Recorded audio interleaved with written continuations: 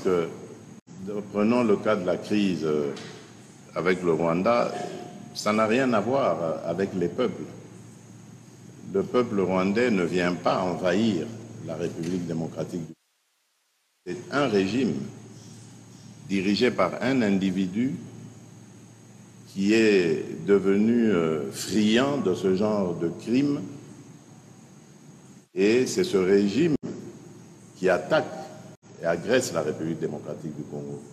Les peuples des deux pays n'ont aucun problème l'un et l'autre.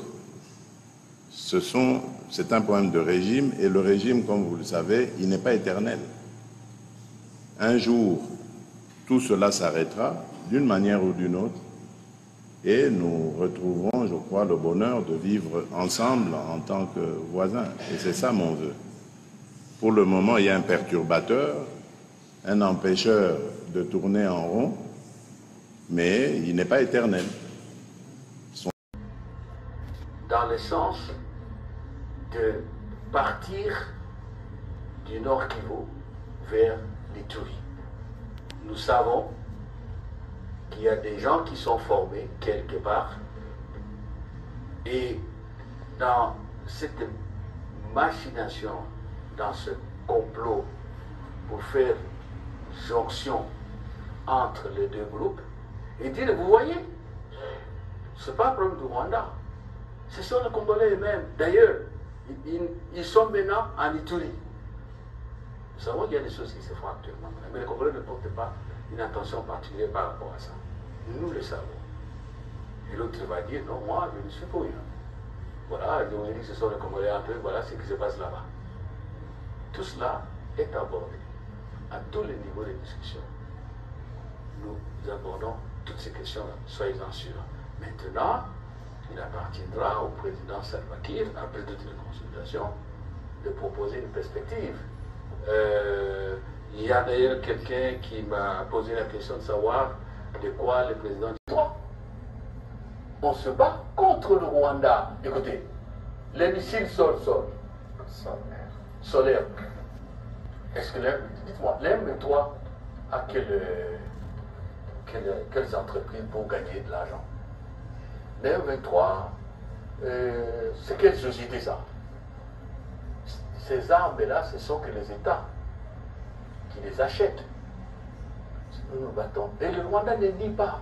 Pourquoi vous ne voulez pas de M23 tout le temps alors que le Rwanda vous dit j'ai bombardé, j'ai fait ceci, j'ai fait cela? Non, il ne faut pas qu'on tombe dans ce piège-là. Nous avons un problème et le président ne l'a jamais nié. Mais c'est le ministre de la Communication, il faut qu'on insiste sur ça. Regardez, quand l'AFDEL vient, qu'est-ce qui se passe? L'AFDEL entre, tout notre système de sécurité est décomposé, détruit. L'armée, les services de sécurité, et j'en passe.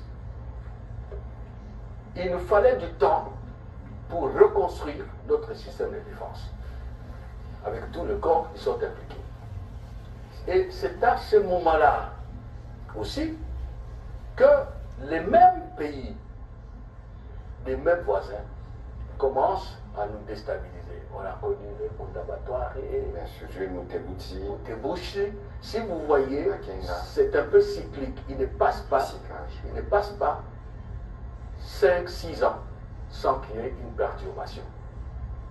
On n'a pas eu le temps de reconstruire l'armée nationale. Beaucoup de Congolais oublient ça.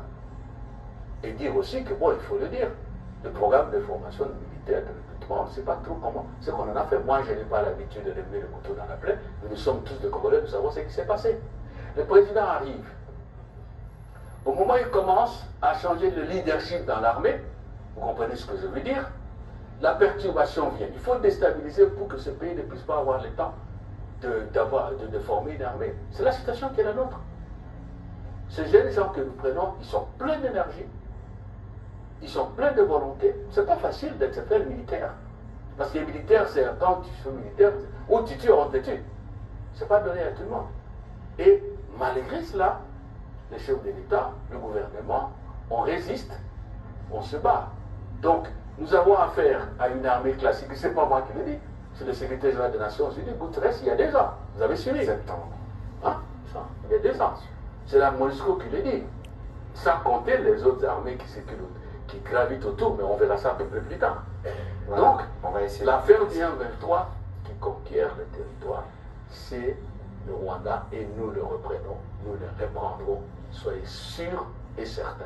Si vous n'êtes pas sûr, alors ne vous appelez pas Congolais. Voilà donc, non. C'était la question de la démarcation entre SAMI, RDC et AC. Ah oui, je reviens. SAMI, RDC et... Bon, SAMI est en phase de déploiement. Il faut le reconnaître. Mais les informations que nous avons, la SAMI se met en soutien de la RDC. Demandez les militaires qui sont là. Le président du sommet des chefs d'État de la communauté d'Afrique de l'Est, son Excellence M. Salva Kiir Mayardit, président de la République du Soudan du Sud, et son Excellence M. Félix Antoine Tshisekedi Tshilombo, président de la République démocratique du Congo, ont tenu une réunion consultative à Kinshasa, en République démocratique du Congo, le 25 mars 2024. Les deux chefs d'État se sont rencontrés dans une atmosphère chaleureuse et cordiale. Les deux chefs d'État ont délibéré sur l'état de la paix et de la sécurité dans la communauté d'Afrique de l'Est. Ils ont souligné le fait que la paix et la sécurité sont des prérequis pour le développement socio-économique au sein de la communauté. Les deux chefs d'État ont appelé à une solution rapide à la crise sécuritaire dans la région qui affecte négativement le fonctionnement de la communauté d'Afrique de l'Est. À cet effet, les deux chefs d'État ont appelé à la relance urgente des processus de paix de Nairobi et de Luanda, initiés respectivement par la communauté d'Afrique de l'Est et l'Union africaine. Les deux chefs d'État ont mis l'accent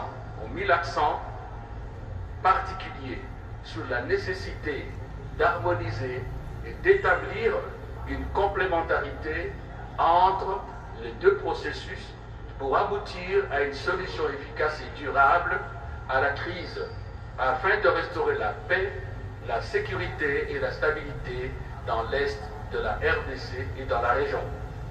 Les deux chefs d'État ont apprécié l'initiative du président Salva Kiir de rencontrer successivement son Excellence Paul Kagame, président de la République du Rwanda, son Excellence Évariste Ndayishimiye, président de la République du Burundi, son Excellence Félix Antoine Tshisekedi Tshilombo, président de la République démocratique du Congo, et son Excellence Joao Manuel Gonçalves Lourenço, président de la République d'Angola, facilitateur désigné par l'Union africaine pour le processus de Luanda et le dialogue entre la RDC et le Rwanda.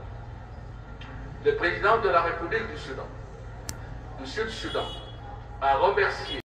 Sababu sisi ni jeshi yenye ilijitoa kuunga mkono rais, kwa sababu rais ni mzalendo, na mwenye anajikuta kama yeye amechoka atatoka, lakini sisi tungali kumsimamo ya kuendelea kupigania nchi, kwa sababu tunajua kwamba tuko na ushindi na tutashinda, sababu mwenye haki hayashindwa kamwe.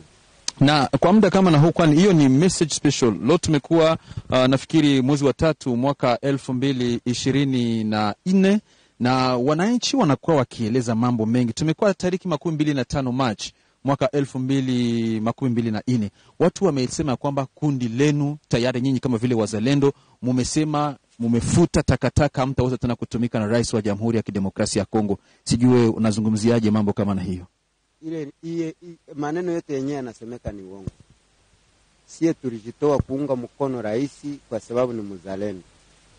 Tunajikuta ni patriote. Hatupungukiwe, na tunajua kama tutajikaza hata na wenyewe hawaja kamata silaha, tutawaambia wakamate silaha kusudi tuendeleshe kazi ya kuunga mkono rais wetu, kwa sababu hakuna shida yoyote yenye tunaona yenye inaweza kutuma tunashindwa kumuunga mkono.